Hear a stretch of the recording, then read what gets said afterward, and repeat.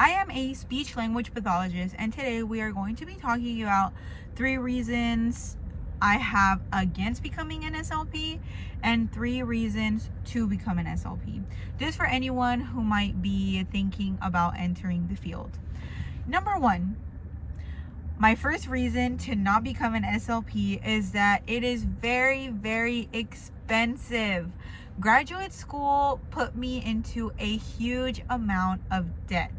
I unfortunately am in over $100,000 worth of student loan debt, and it is a huge dark cloud just looming over me all the time. I was making the minimum payments for a while, and now I have devised a plan to start making bigger payments. I'm gonna be making payments that are over like $1,500 a month, and to me that's a lot of money. However, I'm still going to take kind of a while to be able to pay them off. It's going to take me like 10 years according to ChatGPT. My second reason to not become a speech language pathologist is that there are a lot of big private companies that unfortunately really try to take advantage of us. They know that we are pretty valuable workers. We are necessary at schools, we're necessary at hospitals. We provide very valuable work. And yeah, big private companies have learned that, and they have really tried to take advantage of our field and of what we do.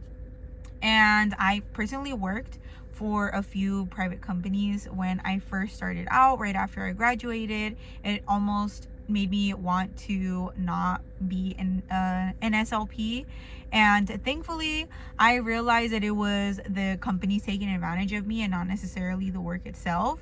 However, that is something that I would really try to warn a new SLP about. And number 3, it is a difficult job.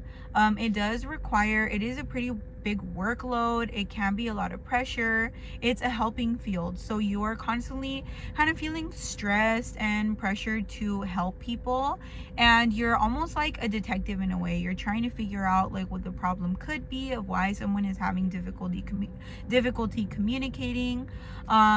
You are trying to devise different strategies, different plans, seeing what works, what doesn't work. You are, in a way, a scientist and having to take care of data while also providing good therapy that helps people and makes people happy in a way too. And that can be stressful, of course. We not only provide therapy, but we are also taking care of data. We're writing reports. A lot of times we're billing, and we're doing a lot of family communication. And that can be a lot. It is very easy for your whole entire life to become being an SLP. And that can especially happen if you are not a person that is good at having boundaries, which I personally am not good at. And now we're going to be a little bit more positive. We're also going to talk a little bit about reasons why you should be an SLP. Number 1, it's actually a very diverse field. So it's you're able to work with almost every single age group. Well, really every age group. You can work with newborns. There are SLPs that work in the NICU with newborns. You can work with toddlers. I personally work with toddlers. You can work with adults in hospitals, in outpatient settings, in acute settings, and you can work in private practices, in schools, and hospitals. And yeah, so you can really work almost anywhere, really. You can have all types of different schedules, and there are advantages to each and every setting. I've also heard, after I've been doing a little bit of research about this, but if you ever were to become very burnt out in the area of providing actual therapy, which does happen because it does get exhausting, there are a lot of ways in which you can still make use of your speech pathology graduate degree. I've heard of big corporate companies hiring SLPs because of our communication skills and all of that. So if you ever become tired of being a therapist, there's also other ways that you can utilize your degree in the case that happens. Number two reason that I like being an SLP is that there's actually a lot of flexibility depending on the setting that you work in. But I'm a home health SLP. I'm self-employed, and I actually have a lot of flexibility with how I want my schedule to look. Even if you are not self-employed, there's a lot of flexibility in the home health setting. You really make your own schedule. If you want to have a shorter work week, you want to work 3 or 4 days, that's totally fine. If you want to have shorter days, you want to be off by 1 or 2 p.m., that's definitely possible. There's a lot of cool things about being a school speech language pathologist. You get summers off, you get winters off, you have that teacher type of schedule, and then you have a little bit more pay since you're a speech language pathologist.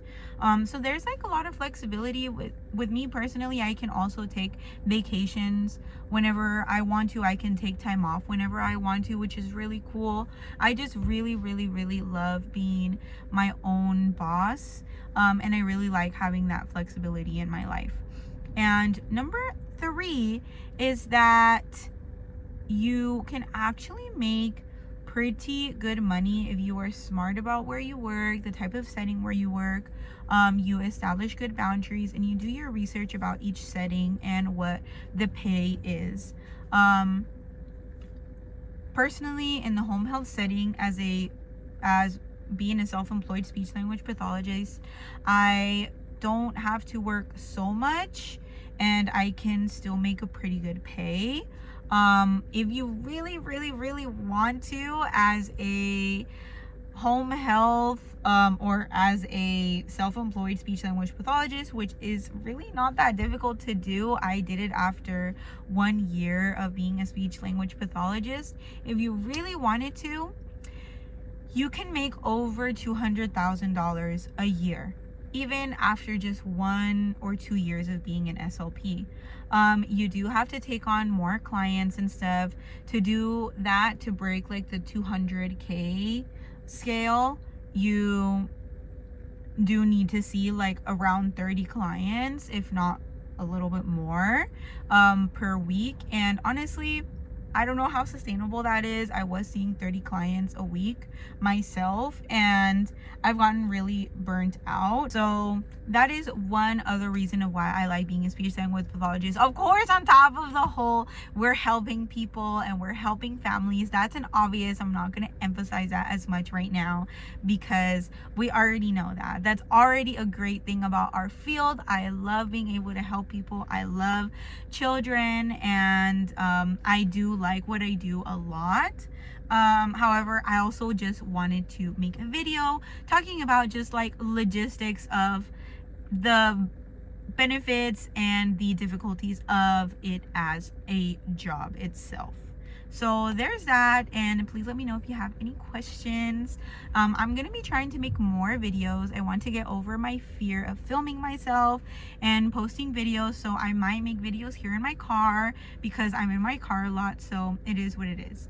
I will see you very soon. Love you. Bye.